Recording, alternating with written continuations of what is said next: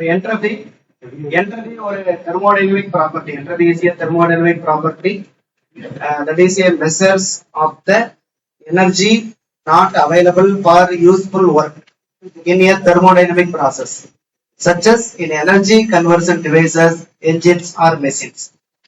Entropy என்பது ஒரு thermodynamic property. எப்படி நீங்க வந்து temperature, heat, pressure இதெல்லாம் சொல்றோம் இல்லையா, அது மாதிரி entropyன்றது ஒரு thermodynamic property. இது எதை மெஷர் பண்ணுதுன்னு பாத்தீங்கன்னா, measure of the energy not available for useful work. அதாவது வேலையாக மாற்ற முடியாத எனர்ஜியை மெஷர் பண்ணுது. எதெல்லாம் நம்மளால வேலையா மாற்ற முடியாது அப்படின்றமோ அதை வந்து மெஷர் பண்ணும். என்ட்ரபி அதிகரிக்க அதிகரிக்க நமக்கு என்ன அதிகரிக்கும் அப்படின்னா, எனர்ஜி நிறைய இருக்கும், ஆனா அதை என்ன மாற்ற முடியாது. நம்மளால ஒர்க்கா நீங்க கன்வெர்ட் பண்ண முடியாத எனர்ஜியா தான் அந்த எனர்ஜியா அதிகரிச்சுட்டே போகும். அதனாலதான் ஒரு குறிப்பிட்ட காலத்துல என்ன சொல்லுவாங்கன்னா, நீங்க சின்ன கிளாஸ்ல படிச்சிருப்பீங்க, என்ட்ரபி இருக்க அதிகரிச்சுட்டே போகும்.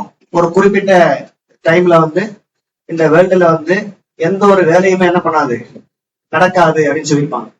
அப்ப என்ட்ரபி அதிகரிக்க அதிகரிக்க நமக்கு வந்து வேலையாக மாற்ற முடியாத எனர்ஜி அது வந்து என்ன பண்ணணும்னா, அவைலபிள் நாட் அவைலபிள் எனர்ஜி வந்து பாரு யூஸ்ஃபுல் ஒர்க் வந்து இன்க்ரீஸ் ஆகிட்டே போகும். ஒரு கட்டத்துல நமக்கு வந்து எந்த ஒரு வேலையுமே என்ன பண்ண முடியாது, நம்மளால செய்ய முடியாத ஒரு சிச்சுவேஷனுக்கு நம்ம போயிடுவோம். இப்ப concept of entropy was first introduced யார் அப்படின்னா கிளாசியஸ். கிளாசியஸ் தான் என்ட்ரபின்ற கான்செப்ட் இன்ட்ரோடியூஸ் பண்றாரு. எப்பன்னு பாத்தீங்கன்னா 1854. அடுத்த இன்னொரு முக்கியமான பாயிண்ட், என்ட்ரபி எங்க கான்ஸ்டன்ட் ஆயிருக்கும்னு பாத்தீங்கன்னா, entropy remains constant in adiabatic process. அதனால இந்த அடியாபடிக் ப்ராசஸ்க்கு இன்னொரு பேர் வந்து நம்ம பின்னாடி பார்ப்போம், ஐசென்ட்ரோபிக் அப்படின்னு சொல்லுவோம். ஐசென்ட்ரோபிக் ப்ராசஸ் அப்படின்ற ஒரு வேர்ட் யூஸ் பண்ணுவோம். ஐசென்ட்ரோபிக்னா ஐசோதெர்மல் என்ன, டெம்பரேச்சர் கான்ஸ்டன்ட். அப்ப ஐசென்ட்ரோபிக் அப்படின்னா என்ட்ரபி கான்ஸ்டன்ட். அதனால அடியாபடிக் என்ன பேர் சொல்றாங்க, இன்னொரு நேம் வந்து ஐசென்ட்ரோபிக் ப்ராசஸ் அப்படின்னு சொல்றோம். ஐசென்ட்ரோபிக்னா என்ட்ரபி மாறாத அப்படின்னு அர்த்தம். அடுத்து என்ட்ரபி ஒரு என்ன ப்ராப்பர்ட்டி கொண்டது அப்படின்னு பாத்தீங்கன்னா, எக்ஸ்டென்சிவ் ப்ராப்பர்ட்டி. ஏற்கனவே நம்ம இந்த இன்டென்சிவ் எக்ஸ்டென்சிவ் பார்த்திருப்போம். Extensive property, entropy is an extensive property. The entropy change between two states equal to entropy change between two states. இரண்டு ஸ்டேட்டுக்கு இடைப்பட்ட entropy change வந்து யாருக்கு சமமா இருக்குன்னு பாத்தீங்கன்னா, integral of dq by t. Integral of dq by t. And the change in the entropy for a finite reversible change in the state of working substance from A to B is given by entropy சேஞ்சுக்கான formula பாத்தீங்கன்னா, அதாவது ஒரு ஸ்டேட்ல இருந்து இன்னொரு ஸ்டேட்டுக்கு entropy சேஞ்சுக்கான formula equal to SB minus SA equal to integral என்ன சொல்றோம், அந்த டிக்யூ பை டி. கியூன்றது வெப்ப ஆற்றல், டி என்பது வெப்பநிலை, எஸ்பின்றது பின்ற ஸ்டேட்டுக்கான அந்த என்ட்ரபி, ஏன்றது ஏ ஸ்டேட்டுக்கான என்ட்ரபி. ரெண்டு ஸ்டேட்டுக்குமான என்ட்ரபி டிஃபரன்ஸ், அதாவது ஒரு லெவல்ல இருந்து இன்னொரு லெவலுக்கு போகுது. உதாரணமா வந்து ஒரு லிக்யூட் வந்து கேசியஸ் ஸ்டேட்டுக்கு போகுது அப்படின்னா அந்த என்ட்ரபி டிஃபரன்ஸ் என்ன அப்படின்னா, நம்ம லிக்விட் ஸ்டேஜ்ல என்ன என்ட்ரபி இருந்தது, இப்ப கேஸா மாறின பிறகு அது என்ட்ரபி என்ன ஆயிருக்கு, அதான் என்ட்ரபி சேஞ்ச் அப்படின்றது. அதுதான் நம்ம என்ன சொல்றோம், எஸ்பி மைனஸ் எஸ்ஏ. அது யாருக்கு equal, integral of dQ by T. டிக்யூன்றது என்ன அப்படின்னா, எவ்வளவு வெப்பாற்றலை எடுத்துக்கிட்டு அது வந்து அங்க கொடுத்துட்டு அது கேஸா மாறிச்சு, டீன்றது அந்த வெப்பநிலை, அந்த பேசிஸ். அது சேஞ்ச் ஆஃப் என்ட்ரபி டிஎஸ். இந்த எஸ்பி மைனஸ் எஸ்ஏ தான் இங்க டிஎஸ் போட்டிருக்கோம், வேற ஒன்றும் இல்ல. டிஎஸ்ன்றது யாருக்கு ஈக்குவல் பாத்தீங்கன்னா டிக்யூ பை டி. இதே ஃபார்முலா தான் அப்படியே வந்துடுது. Heat added or subtracted. Heat வந்து ஆட் ஆயிருக்கலாம் அல்லது சப்ட்ராக்ட் ஆயிருக்கலாம். உதாரணமா லிக்யூட் வந்து கேஸா மாறணும். லிக்யூட் கேஸா மாறணும் நம்ம என்ன பண்ணுவோம், என்ன பண்ணிருப்போம், ஹீட்டை லிக்யூட் எப்ப கேஸா மாறும், ஹீட்டை வந்து என்ன பண்ணா மாறும், ஹீட்டை அப்சார்ப் பண்ணா கேஸா மாறும். அதுவே கேஸ் வந்து லிக்யூடா மாறும்போது அதுல இருந்து ஹீட்டை கொடுத்துட்டு குளிர்றது கூலிங் ஆகுது, கூலிங் ஆனதான் லிக்விடா மாறும். அப்ப என்ன சொல்றோம், நம்ம டிக்யூ என்பது ஹீட் ஆட் ஆயிருக்கலாம் அல்லது சப்ட்ராக்ட் ஆயிருக்கலாம் பை அப்சல்யூட் டெம்பரேச்சர், அதனுடைய வெப்பநிலை. அது டிஎஸ் என்பது ஒரு பெர்ஃபெக்ட் டிஃபரன்சியல். பெர்ஃபெக்ட் டிஃபரன்சியல் எதெல்லாம் பெர்ஃபெக்ட் டிஃபரன்சியல் சொல்றோமோ அது எல்லாமே வந்து நமக்கு வந்து என்னவா இருக்கும் அப்படின்னா ஸ்டேட் ஃபங்க்ஷனா இருக்கும். என்ன ஃபங்க்ஷனா இருக்கும், ஸ்டேட் ஃபங்க்ஷன். அத நிலையை பொறுத்து, நிலை ஸ்டேட் ஃபங்க்ஷனா ஆரம்ப நிலை மற்றும் இறுதி நிலையை மட்டுமே சார்ந்து இருக்கும். பாத் ஃபங்க்ஷன் அப்படின்னா, பாத் ஃபங்க்ஷன்னா அது போகக்கூடிய பாதையே சார்ந்திருக்கும். பாதையை ஃபுல்லா இப்ப இந்த ஸ்டேட் ஃபங்க்ஷன்னா இந்த புள்ளி இந்த 2 புள்ளி 6ஆம் புள்ளி இறுதி புள்ளியை மட்டும் தான் சார்ந்திருக்கும். அது எந்த பாதையில போனாலும் அதோட வேல்யூ என்னதான் ஒண்ணுதான்.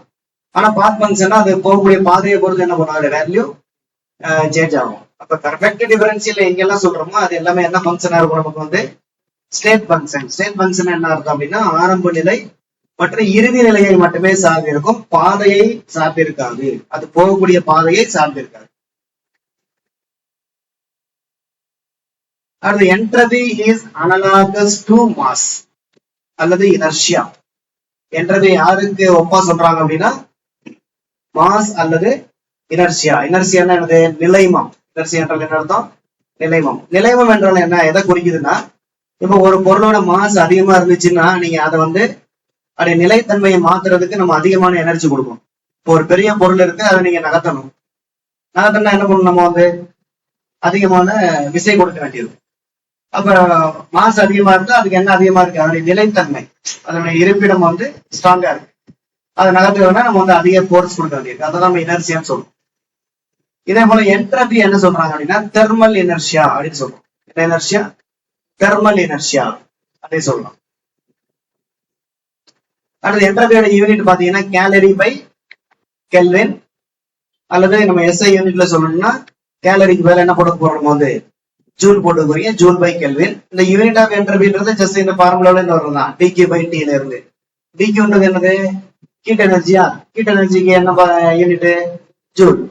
டீன்றது டெம்பரேச்சர், டெம்பரேச்சருக்கான யூனிட் என்னது kelvin, just joule by kelvin, அவ்வளவுதான். அடுத்து change in adiabatic process. Change in entropy in adiabatic process. நமக்கு என்ட்ரோபிக்கான formula ds equal to dq by t ஜெனரலா எடுத்துக்கலாம். இப்ப அடியாபடிக் ப்ராசஸ் பொறுத்த வரைக்கும் நமக்கு ஹீட் என்ன பண்ணாது, நமக்கு சேஞ்ச் ஆகுமா. அப்ப அடியாபடிக் ப்ராசஸ் dq ஈக்குவல் டு 0. அப்ப therefore dq மேல 0 போட்டுறீங்க, by t வரும். அப்ப 0 by t என்னது நமக்கு 0. அப்ப therefore ds ஈக்குவல் என்ன ஆயிருக்கு, நமக்கு ஆட்டோமேட்டிக்கா 0 ஆயிடும். அதனாலதான் நம்ம ds ன்றது entropy change. Entropy change equal to 0 அப்படின்னா என்ன அர்த்தம், என்ட்ரோபி சேஞ்ச் ஆகல, அதானே. ds ஈக்குவல் டு 0 னா என்ட்ரோபி சேஞ்ச் ஈக்குவல் டு 0. அப்ப therefore s equal to constant. s தான் என்ட்ரோபி, s ன்றது என்ட்ரோபி, ds என்பது change in entropy, change in entropy equal to 0. அப்ப therefore அப்படின்னா என்ன மீனிங் அர்த்தம், என்ட்ரோபி சேஞ்ச் ஆகல, சேஞ்ச் ஆகலன்னா என்ட்ரோபி இஸ் கான்ஸ்டன்ட். அதனாலதான் நம்ம அடியாபடிக் ப்ராசஸ்னா என்ட்ரோபி என்ன சொல்றோம், நம்ம கான்ஸ்டன்டா இருக்கும் அப்படின்னு சொல்றோம்.